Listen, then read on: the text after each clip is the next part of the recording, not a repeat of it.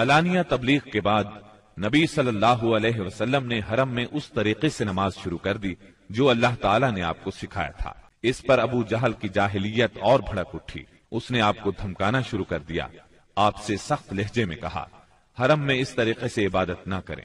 پھر ابو جہل نے قریش کے لوگوں سے پوچھا کیا محمد تمہارے سامنے زمین پر اس طرح اپنا منہ ٹکاتے ہیں؟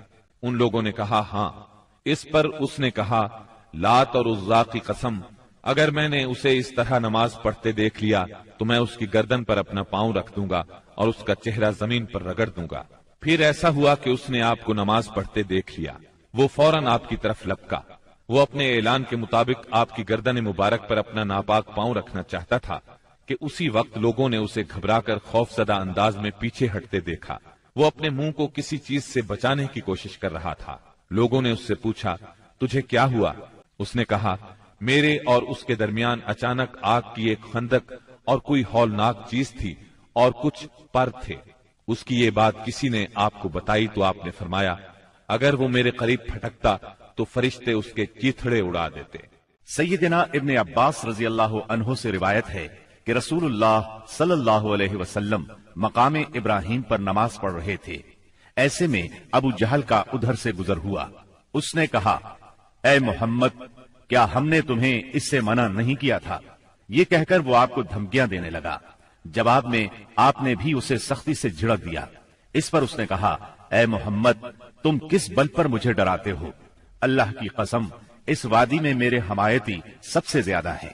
ایک دن کسی جگہ اونٹ ذبح کیا گیا۔ ابو جہل نے عقبہ بن ابی معیط کو بھیجا کہ جا کر اوجھڑی اٹھا لائے، اور جب آپ سجدے میں جائیں تو اس کو آپ کی پیٹھ پر رکھ دے۔ اس نے ایسا ہی کیا۔ وہ اس قدر وزنی تھی کہ آپ سجدے سے سر نہ اٹھا سکے۔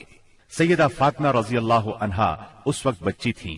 انہیں اطلاع ملی تو وہ دوڑی آئیں اور اس غلیظ بوجھ کو آپ کی کمر مبارک سے اتارا۔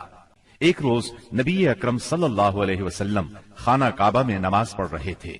عقبہ بن ابی معیط آیا، اس نے اپنی چادر کو لپیٹ دے کر آپ کی گردن مبارک میں ڈال دیا اور بل دینے لگا تو آپ کی گردن مبارک بھنج گئی۔ آپ اسی طرح اطمینان قلب سے سجدے میں پڑے رہے۔ اتنے میں سیدنا ابو بکر صدیق رضی اللہ عنہ وہاں پہنچ گئے۔